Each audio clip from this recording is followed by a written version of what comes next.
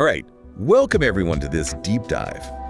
We're going to be taking a close look at career mode in MSFS 2024.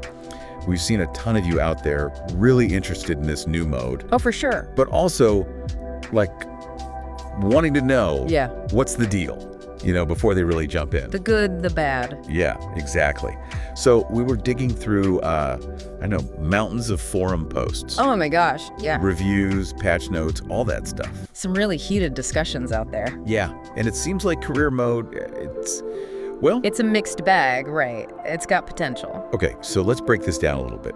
What is career mode trying to do? How's it different from, just jumping in a plane and flying around? Right, so like in free flight, you've got the whole world, you pick your plane, you go wherever you want, it's freedom. Yeah. But career mode, it's like structure, right? You're kind of signing up for flight school, but with a bit of like a business side to it. Okay, yeah. You're working on certifications, learning new planes, building up your rep, eventually like trying to make a whole aviation business.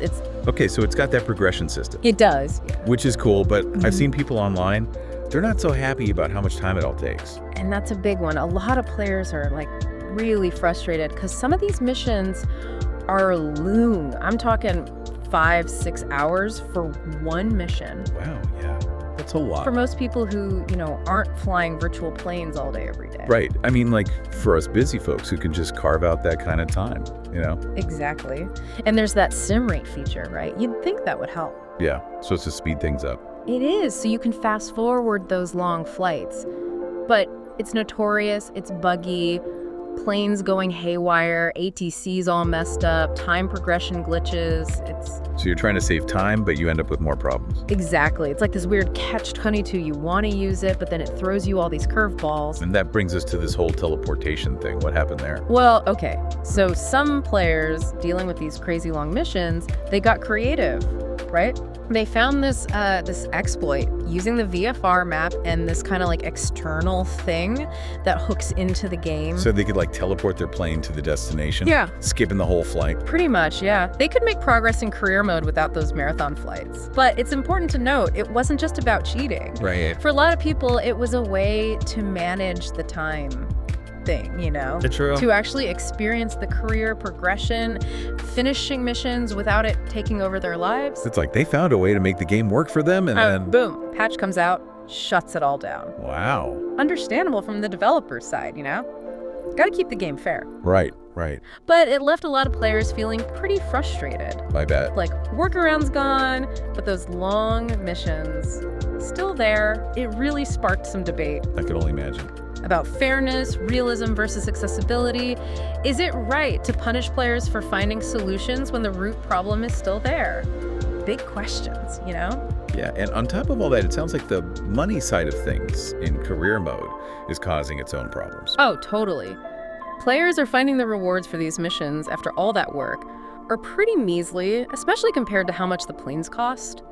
You might spend like 5 hours on a mission and get 20,000 credits? 20,000. That's it. It's rough, and some of these planes are going for hundreds of millions, so you're stuck grinding and grinding just to afford the basic stuff you need. Yeah, that sounds super frustrating, especially for someone new who's just excited to try out all the cool planes and stuff. Exactly. It makes you wonder, is all this grinding really necessary to make career mode fun?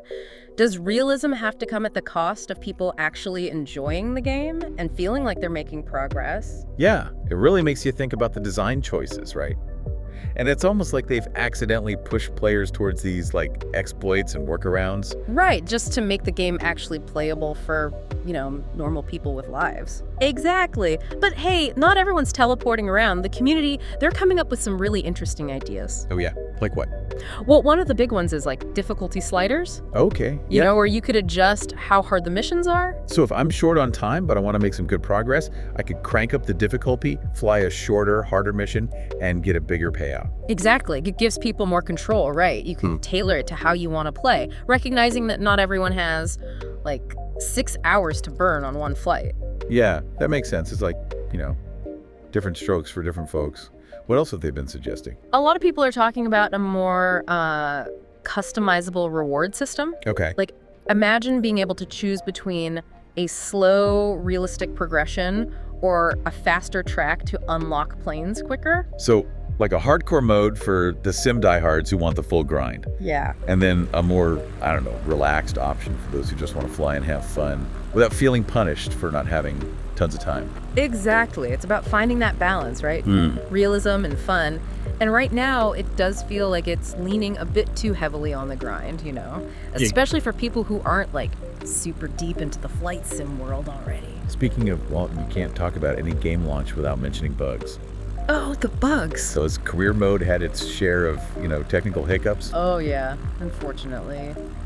Lots of reports coming in. Issues with specific planes, like the C-24 ATC comms being all garbled. I saw some people saying NPCs were clipping through their planes. Imagine you're cruising along and suddenly a virtual baggage handler pops into the cockpit. Oh my gosh, yeah. Talk about immersion breaking. Yeah, it's those little things, those weird moments that can really take you out of it. Now, to be fair to the devs, they haven't been ignoring this stuff. They've released a few patches, right? They have, yeah. That December 6th patch fixed some stuff with plane prices and reputation bugs, so, they're working on it.